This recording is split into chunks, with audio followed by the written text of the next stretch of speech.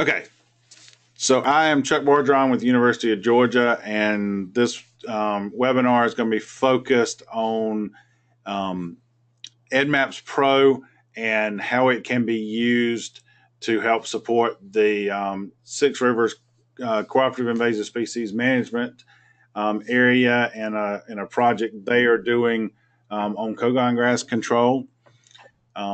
And so I'm going to kind of go under the assumption that everybody has a little bit of familiarity with EDDMapS, either the website or the SEDEN Southeast Early Detection Network smartphone app, and really focus today on this new tool that we have built to really support management and treatment of invasive plants or invasive species in general, with kind of us looking at Kogon grass as an example. So first of all, from the EDDMapS website, you can go in and you can choose a species, and you can map that, view maps of that species either at the county level, and kind of see the county distribution, or at the point level where, it's actually points on the map that you can zoom into. Obviously, the distribution is not exactly the same when you look at a point level versus a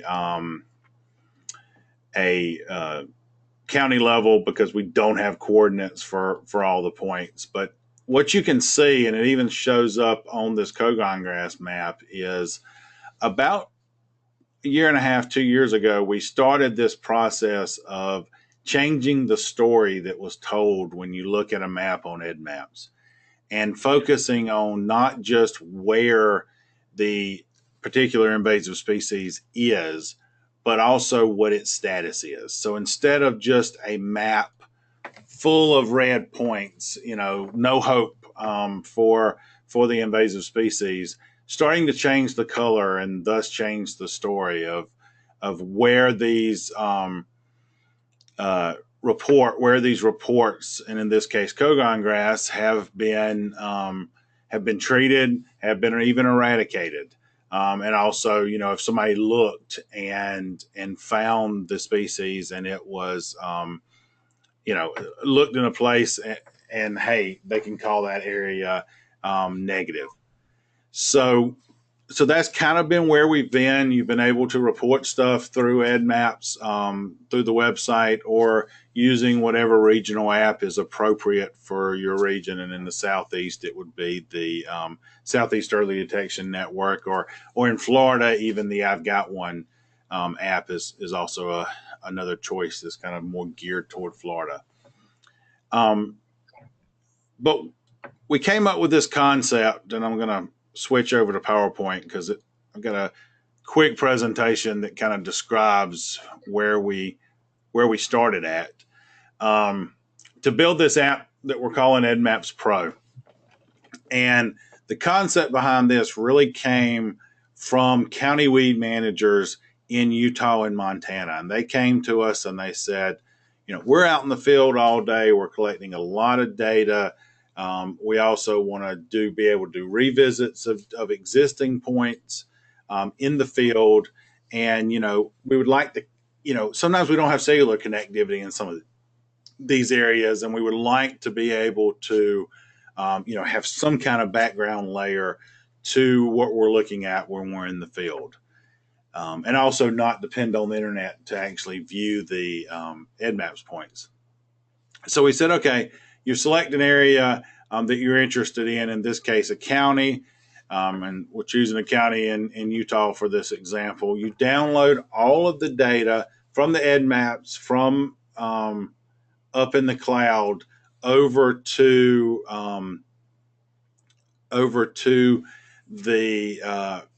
your tablet, your device. And then once you do that, you will have options, and the directions are not built in right now, but you'll be able to see everything that is currently there, as well as as well as new points. As well as you can add new points to the map, so you can kind of see, okay, well, Cogon grass is already made, already been reported here, but then we want to, you know, in these spots, but we want to be able to add a new point. So you can drop a new point, put information about that new point, and then also select existing points and do revisits on those.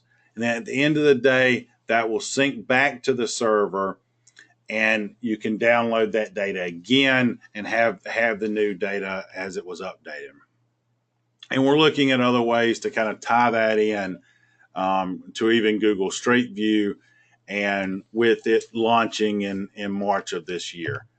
So that's kind of an overview. I'm going to jump into how the app works in just a second. But Tim asked if I could make him the presenter. So before I go into actually how the app works, I'm going to let's see what Tim wants to talk about, and then we'll jump into the app. Tim, have you got your audio going?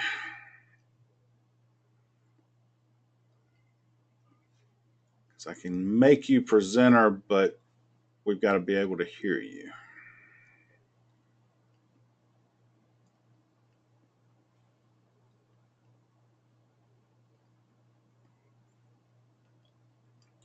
I'll switch this over and make you the presenter. But we aren't able to hear you right now, and you have to share your screen on your computer before we can see what you're looking at.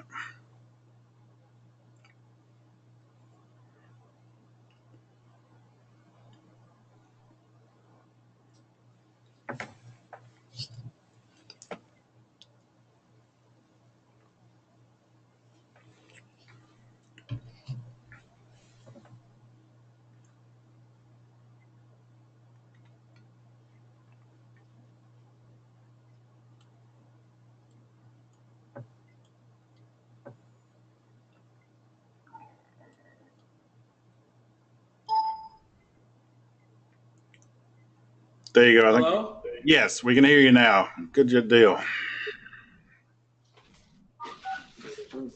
Okay.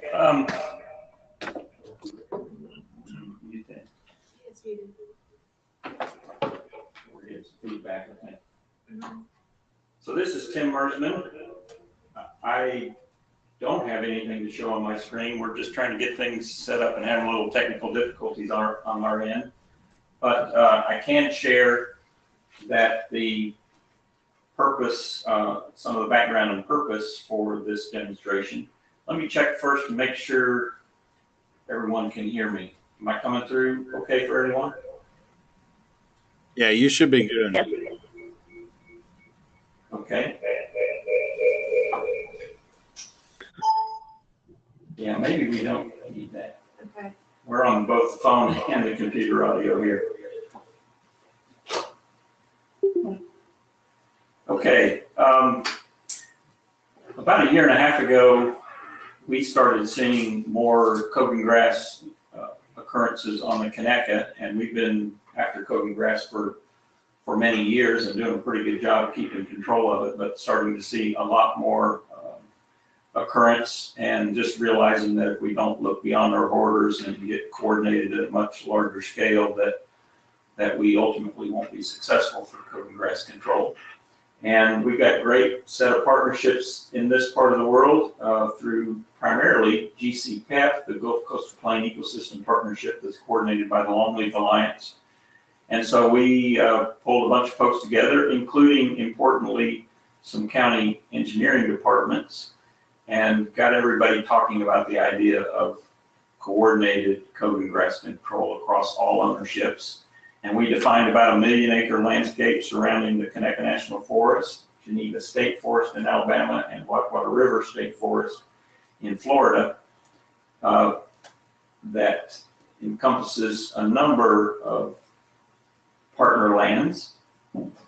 And we had a workshop last February, about a year ago, where we had a lot of the partners and talked about best practices for Cogan grass control, as well as what a good partnership would look like, an effective partnership would look like for doing code and grass control. And one element of that clearly is a common database for everyone to track their code and grass occurrences, as well as treatments and monitoring that goes with that.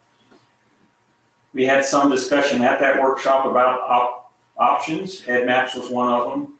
Collector app through Esri was the other major one. And we've recently had a conversation with our Forest Service support people in the regional office, both in the invasive species program as well as resource information or our IT department. And many felt like EDDMapS has a lot of promise, and that the Forest Service and others have invested a lot in that. And so we just want to see kind of what the functionality of EDDMapS is. We've got some of the partners on this on the phone or on the computer for this demo. I think the bottom line is, for functionality, is to be able to document locations and status in a way that is accessible to a wide variety of partners. So something that's not, doesn't have a lot of firewalls involved, and difficulty in getting everyone to contribute to the same database. So that's kind of the background. We do have another workshop planned in April, on April 24th of this year, and we hope to have some more information and maybe decisions at that point that we can share with our partners and get the working group using a common app. Any questions for me? Is the volume turned up on that?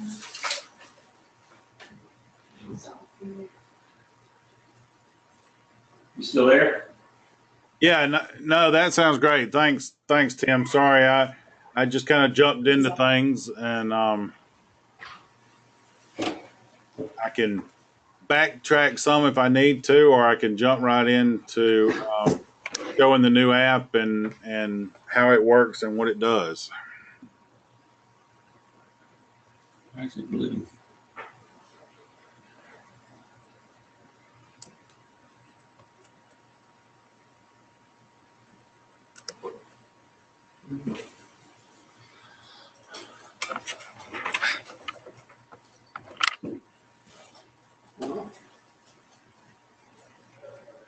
Tim, can you hear me? We can hear you.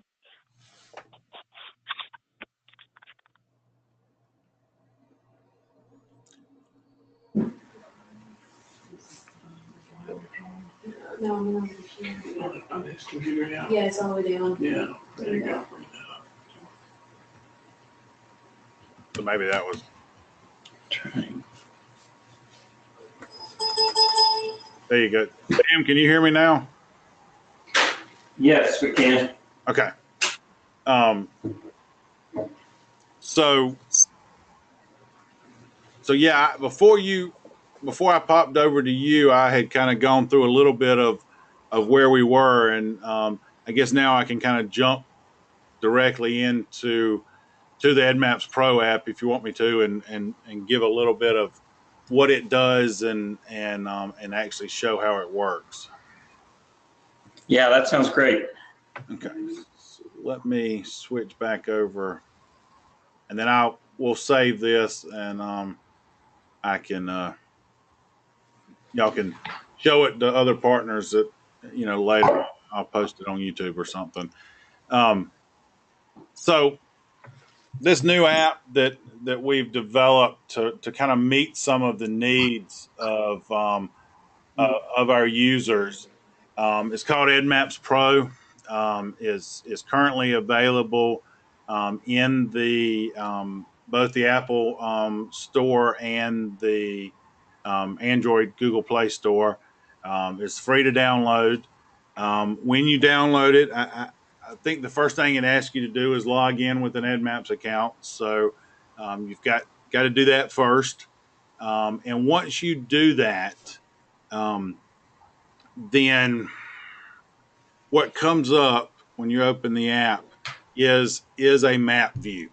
So no more list of species, no more fact sheets, field guides kind of information included in this app, because that's really not the target we're looking at for this audience. And so, looking at the app, you've got this map, Google Maps view. You can zoom in, ignore the points for just a second. Um, but you can zoom in, see. I need to turn that off. You can zoom in and see, That's Starbucks. where you are, where Starbucks is, and you can very quickly from here click the plus button and add a new point using your current location. You can start by taking a photograph. You can drop a marker, or you can draw a polygon. And so, if we just drop a marker, then there's that marker.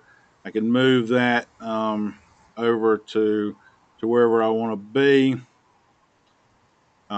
Hit the little next arrow. Okay, I'm done.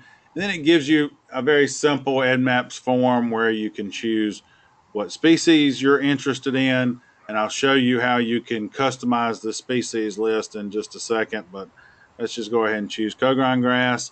Again, you can tap to add a picture or take a picture. It's got your latitude and longitude. You can put density information and area information to go with that. Save it, and it adds it into your queue where you can later upload that. And then the point you just created shows up on the map as a new point in a different color, and that's where the white color comes in for that. The other thing you can do, and I'm going to show you in a second how you can how you decide what data you're seeing on the screen. But so here's a giant reed infestation that's right behind the Chick-fil-A right off the interstate in Tifton, and I want to report a revisit to it. So I knew it was there. So what did I do? I went in. I was going in just to monitor it. Well, let's just say I treated it. And so the revisit type I was looking at was treatment. And then when I was there, I actually sprayed it. And then I can save that. You can take a picture to go along with that as well.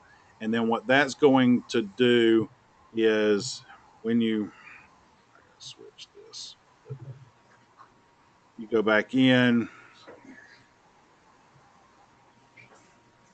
If I can get back to where I was, yeah. If you can see now that point is now turned gray to indicate that I've done something to that. It's no longer is in the queue. Once it's uploaded and then re-downloaded, it'll change to the yellow color. So the way we set this up is you've got these two different sides that I've kind of switched back and forth between. The one on the right hand side allows you to change the map type. So if I want to switch over to satellite, I can switch over to satellite to really get a good zoom in on where that location is behind the Chick-fil-A. And then I can also filter the data based on the current eradication status or the state list. The state list is right now not applicable for y'all, but ultimately we're going to keep adding new state lists to that. But then if I go up to the left side, my options are the map, which is the default view, a data sets view, which shows me what data I have downloaded on the device, an offline maps view, which shows me what my options are for offline maps, the upload queue, which is similar to the other apps where it's storing the information that I collected this morning, and then the settings page, which just gives me a little bit more information. You know, you can turn on and off saving the pictures to your camera roll, which is a nice feature that we hadn't previously implemented on the apps. So for what y'all are looking at, y'all don't care about what weeds are found in Tifton, Georgia. You care about what weeds are found in your area. So what we've done is on the EDDMapS website, when you go to my EDDMapS now, you can go on and this my species list and my county list become really important for this app. That's really the only reason those two features have been added to the website. So on my species list, this is where you can choose what species you want to show up on your reportable list, and you can change that to you know, if you want to add everything on the Florida Exotic Pest Plant Council list, then you can just choose that species list for the ones that we've coded in, add that list, and then my list here is going to refresh and is going to go from just being Kogon grass to being all the species on that list. And so when I go back to make a new report, and I just use my location, and then I choose here once I refresh that. So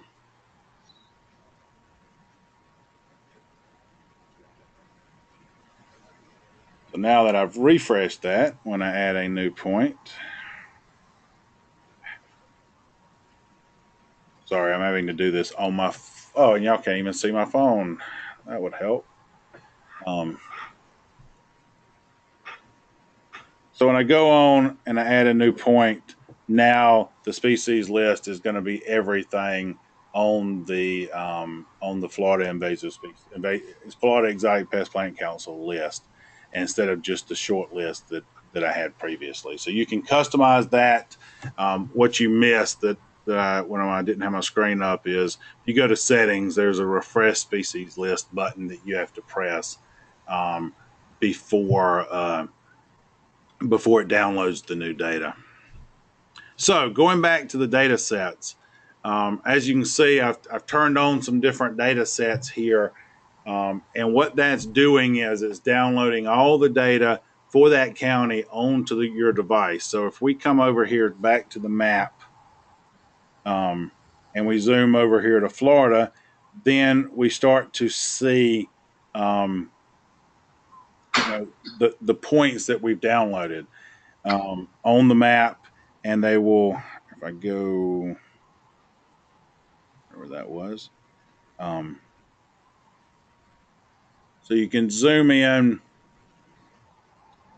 you know, see the points that are already there. It clusters them, and then as you get in, it breaks them out, and it will show you what species it is just simply by um, clicking on the report. We don't currently have it where you can filter just by one species, which I know will be a something y'all will need. But that's a feature that we're planning on adding, as well as the ability to be able to search for a particular record number. So if you knew for whatever reason the EDDMapS record number and you wanted to jump straight to that record, then there will be an option over here for you to do that and jump straight in. Um, but by default, when you download the app, I think it has a whole bunch of counties in Utah and Montana, as well as Florida and Alabama that show up on the data set list. Um, but but going into the website, you can customize that and then just show the areas that you want to be able to show. You know, if I, you know, at the end of the day, after I did my upload and let's just do Baldwin County, I can hit the refresh button here, and what that refresh button is doing is it's checking the server, see if there's been any new points added, and if there are, then it re-downloads it. If you run into a problem where your new points aren't showing up, then you can always delete them and click on the county, and re-download that that data in just a second. Yeah, it pulled it almost instantly in. So this is kind of the way the interface works. It gives you the option to turn counties on and off. The offline maps, and I went in and downloaded the ones for Tift County. That is one of those situations. I'm going to switch over to, if you're going to be in an area that does not have cellular coverage and you want to be able to see, a little bit of what's going on, then that's where the offline maps come in handy. We've not created those offline maps for every county in the country. We've only done them for some counties, but we went in and did them for all the counties that are involved in y'all's project. So you would have this ability. The problem is that because of the size of the offline maps, you're limited on your zoom level to about right here, which is not ideal given, but when you go to the next size up on these offline maps, then the files get really big very fast. It's exponentially bigger because at every zoom level. So this has been the right trade-off of being able to see where you are versus taking up a tremendous amount of space on the device and causing even problems when you're downloading the data. Especially when you get to some of the western counties that are really big. But you can quickly turn that off and on. Going back and forth here and going back to the standard map when you do have coverage. So that's in a nutshell how it works. The nice thing is, really the focus and really what you have never been able to do with the EDDMapS data on a smartphone previously is do the revisit so you can go in and change that status on a record. Ideally being able to put detailed treatment information would be in here as well, but you can add as much information as you want into the notes field so you can not lose that data. We are still as we are launching this. I'll definitely say it's a soft launch of this app. But as we're doing it, we're still struggling with some of the process, more of the business process of how this works. Because if you're going out and you're doing a lot of work, and day after day, you don't want to have to wait until the new reports you've done have been verified before you see that data on your map. And so the data that will come up in this, right as of right now, you're not limited by data that has to be verified. And we haven't implemented a verification process for the revisits either. But we think we have a plan on how we're going to make that work, where a verifier won't have to go in and verify every revisit that's being done, but they'll get a summary email. So if something looks out of place, then that will allow them to jump on it and modify it, because everything's tied to a user, and you wouldn't really lose any data. So that is EDDMapS Pro in a nutshell. It's really focused on map first and making it as easy as possible to for users that are really reporting a lot of data to report that data. It's an interesting app because when I'm sitting here and I'm using it in my office, showing it to y'all, I'm pinching and I'm zooming around and I'm going from Tifton to the Panhandle and back. But when you're using it in the field, you're really going to use it on that local level, and you're not going to be zooming around. You're just going to be looking at what's currently around you.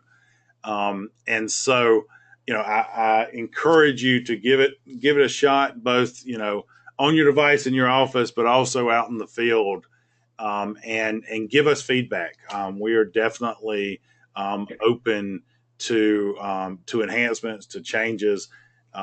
We feel like our citizen science apps are in pretty good shape. And so we're kind of letting them stay at where they're at, other than adding new species as appropriate. But we really see a lot of our innovation over the next couple of years coming on this EDDMapS Pro platform. And so, it was built for those western counties, and that's where the funding came from. But the agreement from the beginning was to, let's do this and make it where it works everywhere. And so y'all's input and feedback is greatly appreciated. So I can go through some other stuff on the website, or any questions that you have. Yeah, I think we've got some questions. Can you hear me? Yes, and go ahead. I'm interested in the verification process that you mentioned, as it might apply to a set of partners using this. I think I understand that under the EDDMapS, the original EDDMapS, that the data do not load until they are verified by someone looking at a photo that goes along with the data. Is that correct? Yes, and that is so. Just so I make a little bit of this clear, this is, all the data is in one database. There's not two different databases. That process for verification is still in place.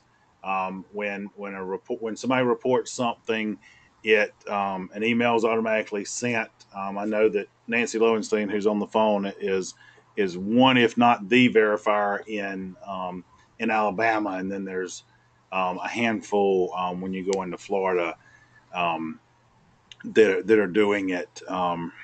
But Greg Walker was doing it for most of the state for a while, and I think his replacement is planned on being it for Florida. But some of the counties and CISMAs have their own verifiers as well. So all of that's still the same in terms of what the public will see on a website. We allow right now for the app to show both verified and unverified records, simply because it will, you don't want to have a verifier verify something before you could see it on your device the next day. And so if we have a set of partners that are uploading a lot of data, is it possible to know the source of those data? Yes. So when you click on the record, and you hit details, then it shows you on every single one of these records who did the reporting on that record.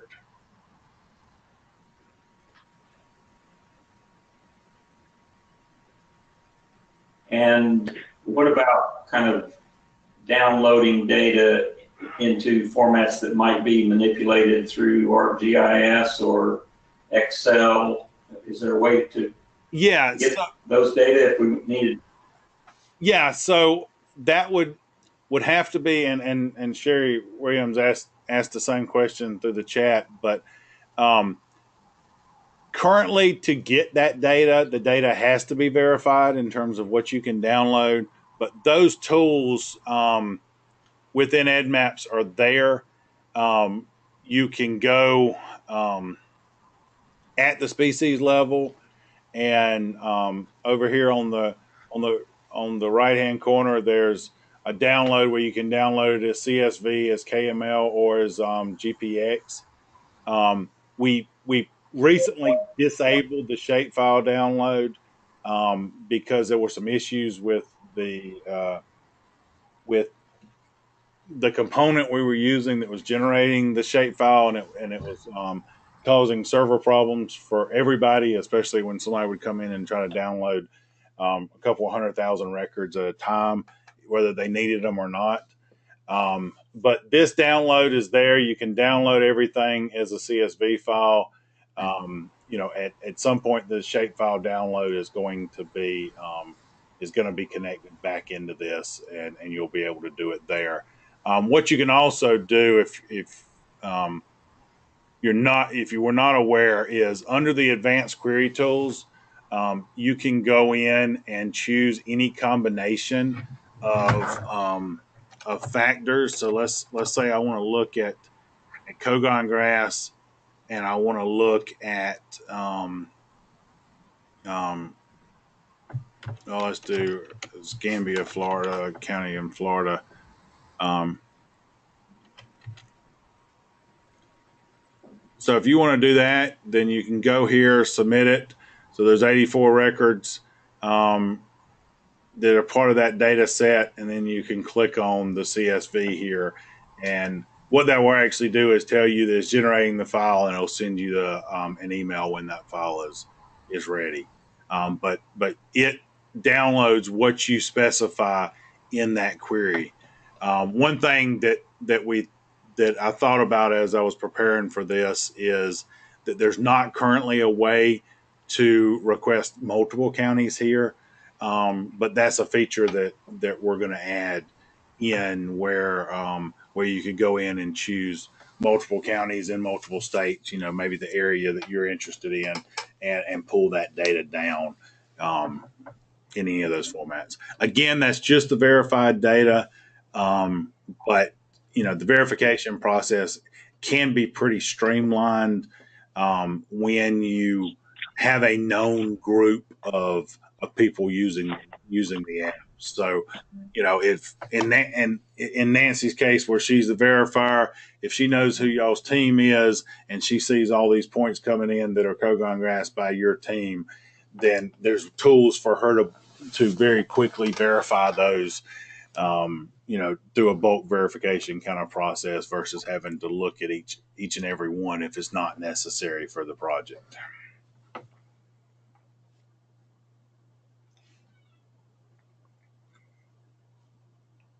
Other questions? Yeah, questions from anybody else who's on?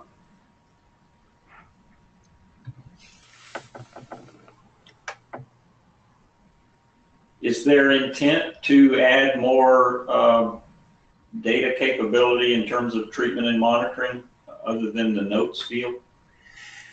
Yeah, and the question becomes how far you go with that, and where it has not been a priority for us in terms of the standard EDDMapS platform is because in a lot of cases that's not necessarily data that you're going to make public. And so, when we're really focusing EDDMapS on having something that is freely available for the public to use, and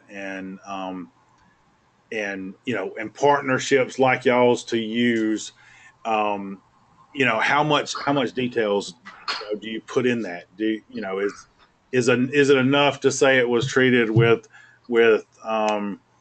glyphosate versus imazapyr, or do you need to know the percent that it was treated with? Do you need to know whether an additive was added to it or a dye was added to it? And so that's where adding the treatment information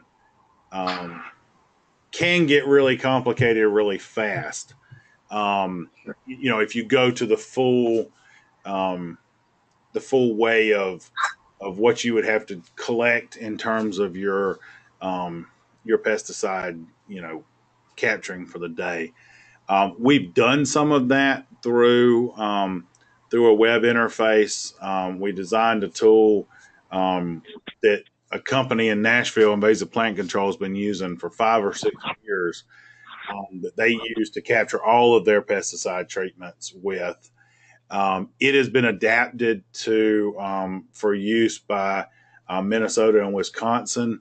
And that has been an interesting process because in doing that, you realize the differences between what a company has to collect internally and report back to their clients versus when you start getting agencies involved and working with multiple different partners and contractors.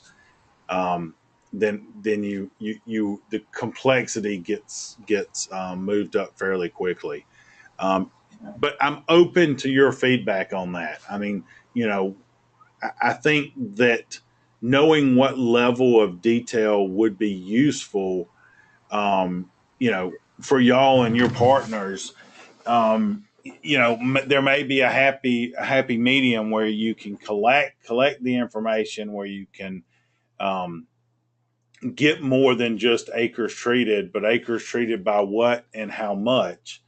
There may be a simple way to do that. And one thing I may even suggest for how you use this, this field season is maybe if you're using kind of a standard treatment methodology, and let's say, there's a couple of different tank mixes that you're always using. It may be worth, instead of putting Roundup 5% in the field, that you put, Cogon Grass Project Tank Mix 1 or Cogon Grass Project Tank Mix 2 in that, or some abbreviated version of that in the notes field. And then, if everybody does that consistently, when you download that data and pull it into Excel, you could very quickly summarize that. And maybe it's tank mix blank, 5 gallons. And, that would be a very quick way to summarize that information if everybody was kind of using a standard treatment methodology. Right. So the notes definitely is part of the downloadable reports. Yes, absolutely.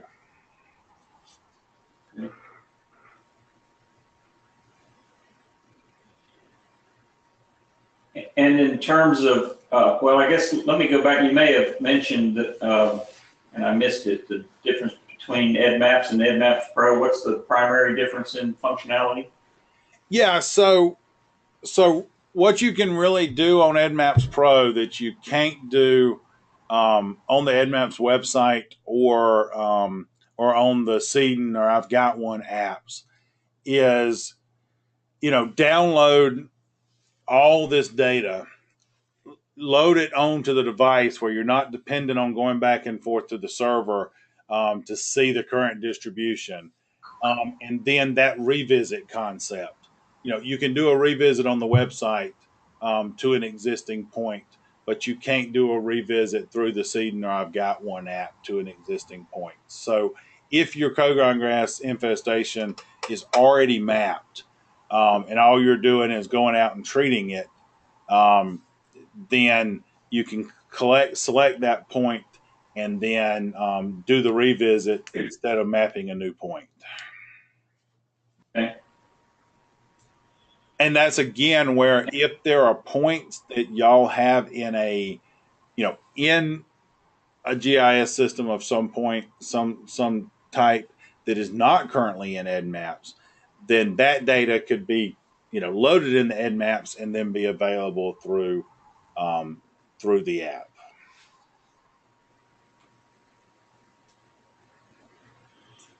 And go ahead. No, and I was going to say, don't get me wrong, Collector's a useful tool. It's just getting everybody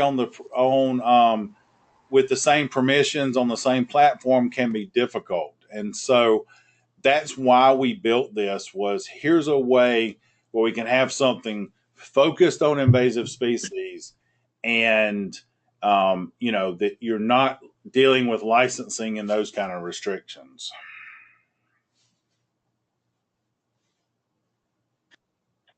So I know the Forest Service has had a relationship with you in developing some of this, and so any kind of specific discussions about that relationship might ought to be offline. But I'm just wondering, in general, if you have a user group like a Cogan Grass Partnership with feedback on what would be useful to us in terms of data and functionality.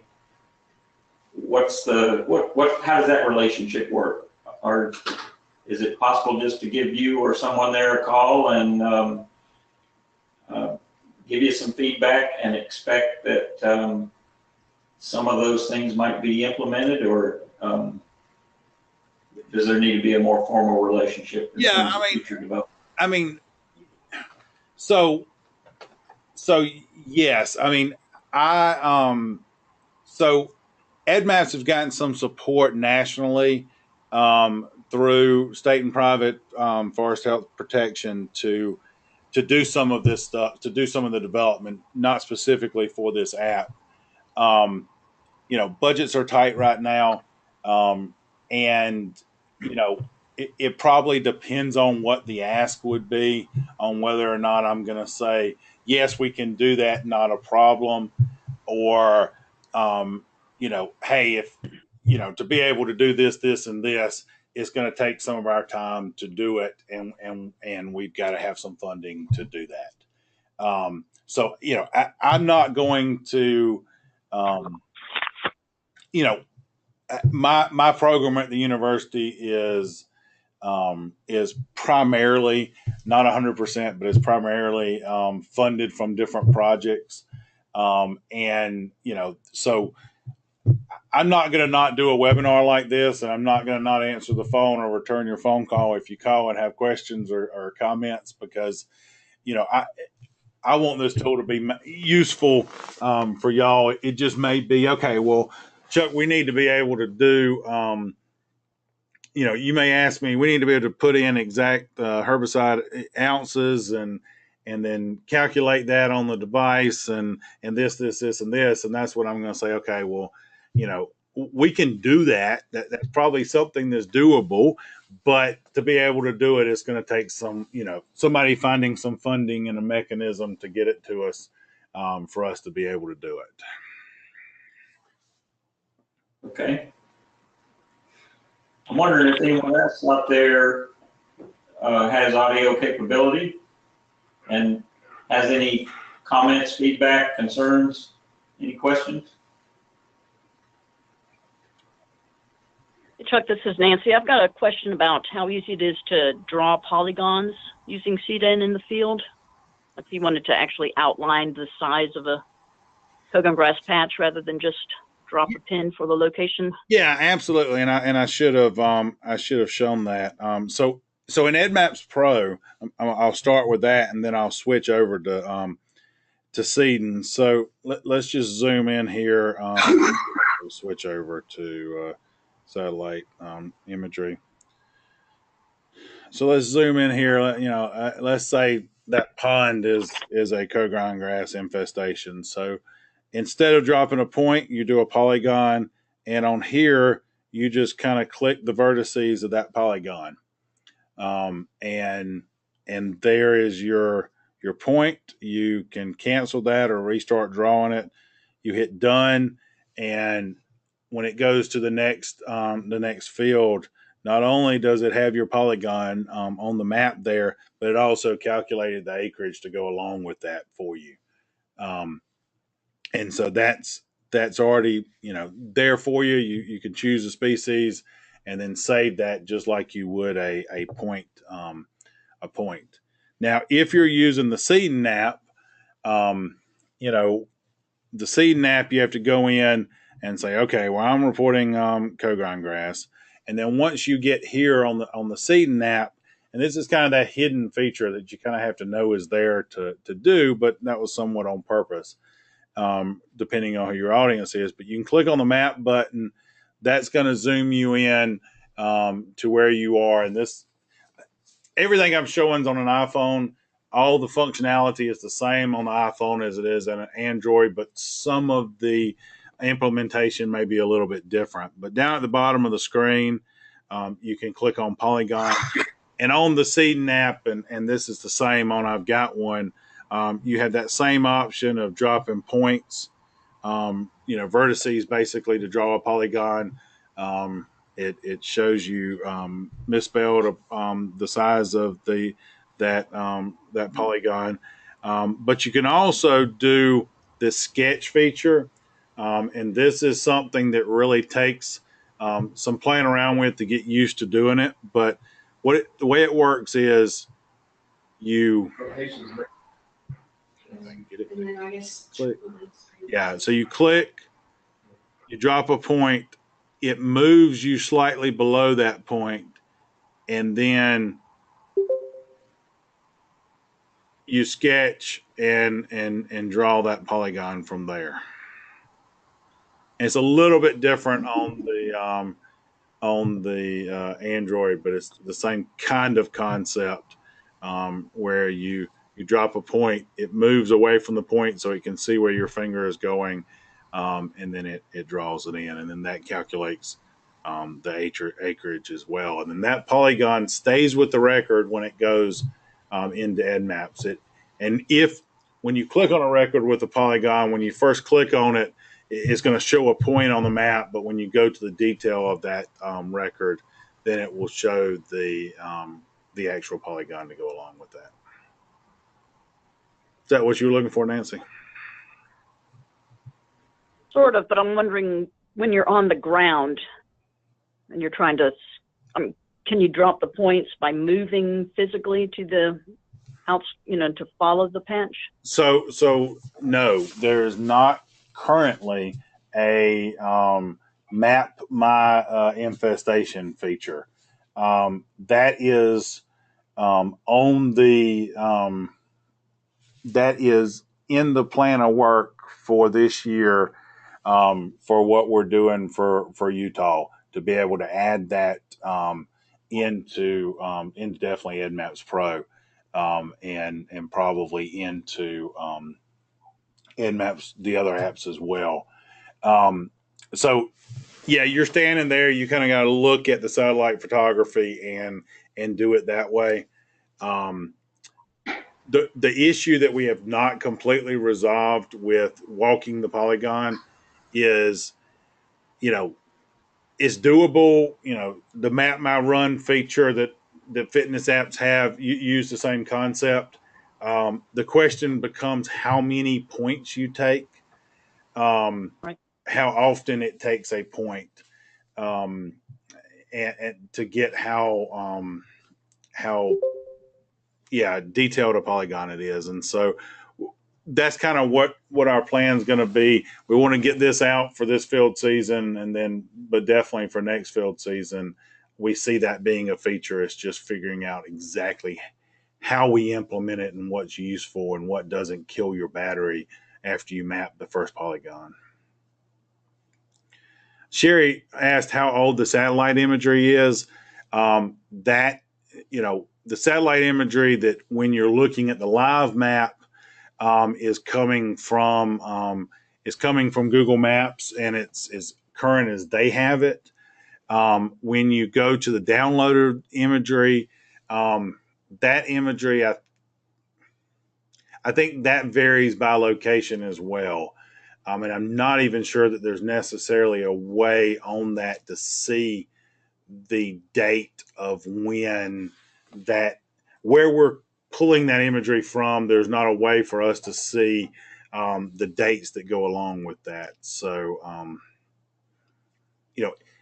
if you have cellular, my recommendation is, if you're working in areas that have cellular capability, that you want to use that with your devices and not rely on downloading the offline imagery, because the detail is not there. It's only kind of best for last resort if you're working in an area that doesn't have cellular connectivity.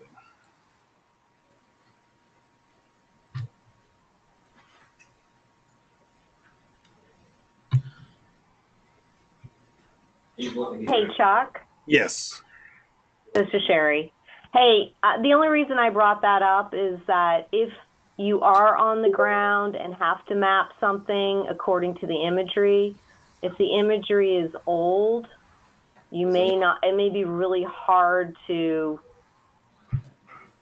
Yes. figure out where that infestation is on the map. Like, you know, if for some reason you had a prescribed burn and it's like 3 years or 2 years later, and the imagery is just completely different. Yeah, and what I mean, and that's where there's huge discrepancies in different areas of the country to the Right. Google imagery, and you don't have the option with the Google Maps API that we're using for the apps to Right. to do what you can do in Google Earth and actually look at that at different seasons or different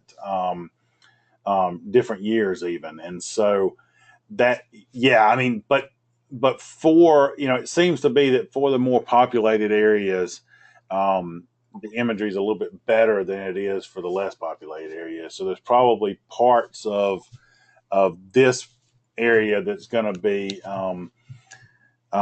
you're going to have a lot better imagery than you're going to have than you're going to have in some of the other areas. Right. And a lot of the counties and water management districts in Florida, we fly every year or every other year for our own imagery. Right.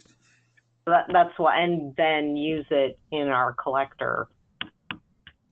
That's why I was just questioning that. Right. And maybe there's an opportunity that we could,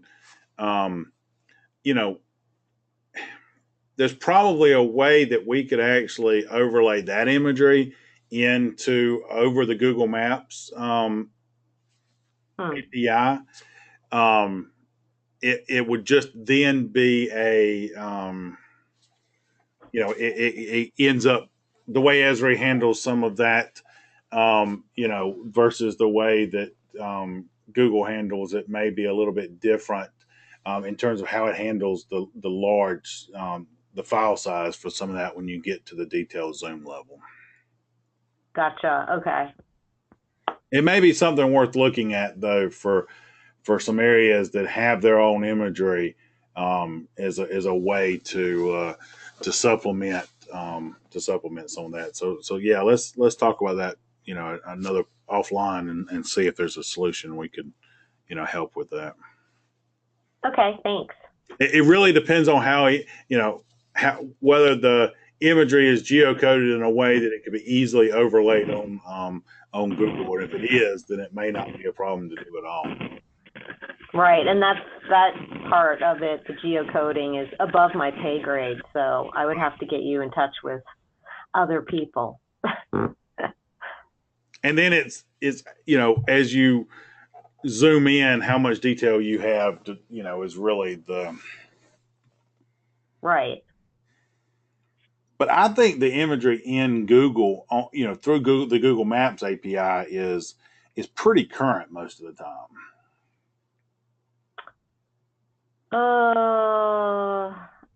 I'm not, like, at least where I'm using it, it is not. Okay. It's a few years old, whereas I have 2017 imagery, and we're just about to get 2018 imagery. Okay. Interesting. Yeah. But that's just where I'm just in a small county in Florida. Right. And the imagery's older.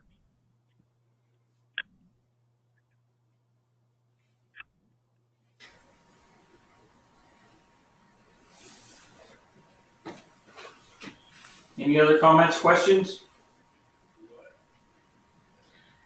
I have one. Is this app compatible with older cell phones? I have a question of compatibility with older cell phones. What's the platform necessary? Yeah, I mean, we try in anything we do to go back a couple of versions in terms of operating system for both iPhone and Android. I can tell you that you're going to when you have areas with lots of points, and and you're overlaying lots of points, if you've got a device that, is very limited memory wise, then that would be where it could cause you some issues. But that may just be that you only turn on one county at a time when you're working, in the county you're working in versus having multiple counties turned on. But yeah, I mean, if you run into a problem with incompatibility, then please email me and let me know, and we'll check into it and see if it's something we can easily fix. Obviously, iPhone is a little bit easier because there's only a handful of devices that were ever made, versus when you jump over to Android, we've seen Android devices that have the same model name but a different letter, and one would have a GPS unit built in and one would not have a GPS unit built in. And that's especially when you get to working on tablets. But that's an important note when you're talking about iPads. Only the iPads with the cellular capability, whether it's turned on or not, only the iPads with the cellular chips built in have GPS chips built in. So if you're looking at buying an iPad for data collection, and even if you're not going to have turn on the cellular, you won't even have a GPS if you don't buy the one with cellular capability built in. This is definitely on the iPads. We've tested this on everything from iPad minis up to the larger 12-inch iPad Pros, and had good luck with it. Android, again, there's hundreds and hundreds of, if not thousands of devices. And so, if you run into an issue with a particular one, just let us know and we'll see if we can track down what's going on. Okay, thank you. We definitely want to know about incompatibilities or crashes. I mean, please don't, if it crashes the first time you try to do something on it, please send me an email, reach out to me, and we'll definitely follow up with you and see if we can figure out what's going on. That's kind of our what we do, and we want to make sure our tools work. So you may find something that nobody else has clicked on exactly the right way, and help us solve a problem for others. Okay, I wanted to be clear on availability. You said a March rollout. Yes, but is it available now? Yes, everything that I've shown you is available now. There's a few things that may need to still be tweaked on it, but yes, version 1.4 is the current version for both the iPhone and the Android. If you go to the settings page down there, it shows that. So if you had downloaded it already, you want to make sure that you're on version 1.4 or greater. And because as we find, over the next month to 6 weeks, there will probably be, some multiple updates of this as we add new features and get rid of any bugs that may come up. But yes, both apps are available in the stores now.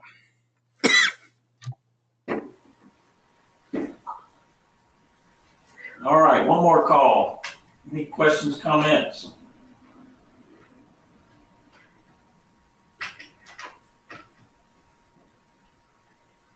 Well, thank you very much, Chuck, for your time and for sharing this information with us. We'll do some more consulting internally and with our partners, and we'll need to make a decision pretty quick which way we're going to head with this, so we can get started into this year collecting some common data, and I will be in touch with you one way or the other. That sounds great, and I will. I recorded this so I can. I'll post it somewhere where you can share it with any partners that maybe weren't able to make it today. Great, thank you. All right. No problem. Thank y'all. Have a good day.